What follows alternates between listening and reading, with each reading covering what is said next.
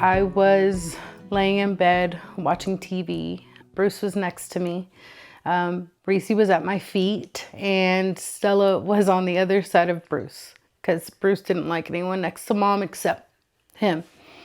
And we were watching Dr. Phil, and there's a knock on the door. Well, when there's a knock on the door in my house, my alarm system goes off.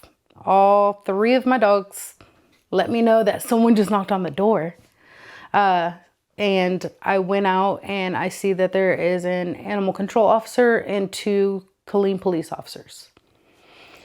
And when I walk outside, I said, how can I help you? I'm assuming they're not there for me, but you never know. And they said, are you the owner of Bruce? And I said, yes. And as I told them, I said, well, Bruce hasn't been out, and so I don't understand why you're here. And they said, well, we have a warrant to seize Bruce. And it's about 30 minutes before I have to go pick up my daughter, and I panic. Not one to ever want to go against the police officers or to show any form of resistance because I respect the law. I went inside. I called my husband frantic, and he said, well, what do they want? I said, they have a warrant to take Bruce and they want me to take him out.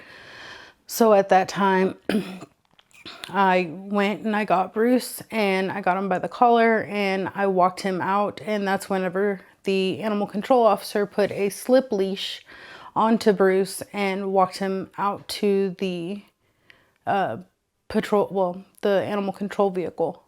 And that is when, that was the last time Bruce was at home.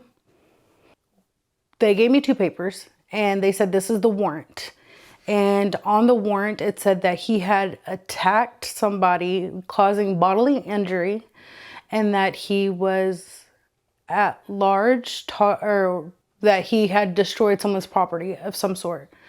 So my heart dropped thinking that he actually hurt someone, but I didn't know who. So looking at the papers, I had no clue what I was reading because I just assumed it was exactly what they had said. I wish I would have very much so looked at the papers a little carefully because they gave me a warrant not signed by a judge, not in any form or fashion signed by a judge. I would have told them that he can quarantine at my house. And I would have looked at the ordinances a lot more carefully because Bruce never bit or attacked anyone in causing bodily injury to them in any form or fashion. I wish I would have known that before the first appeal that I needed legal representation so that it could have been argued that Bruce did not need to be euthanized. If they truly believed that Bruce was a nuisance or a danger to the community, that they would have had to actually prove that Bruce was a danger to the community. But the danger was to letting Bruce into somebody else's hands for them to destroy him 29 days later. I was turned down by many attorneys. They told me that they weren't willing to go against the city prosecutor in the case of what happened with Bruce. They felt that there was nothing that they could have done in the second appeal, even if I would have raised the $1,300 to file the second appeal. My warning to any and all animal lovers or pet owners or those who are even looking at getting a pet, make sure you know the ordinances. Make sure that you know your rights. Do not just hand over your animal to anybody because they, under the false pretenses that they're protecting the community, they completely damaged my family and many others.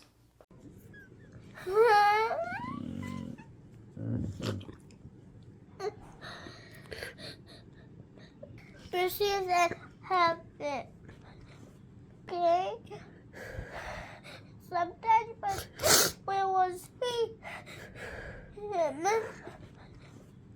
Bruce, I miss you every single day. I look at your toys because I can't manage to pick them all up, or I can't remember where I needed to put them, but I know that you're around all the time.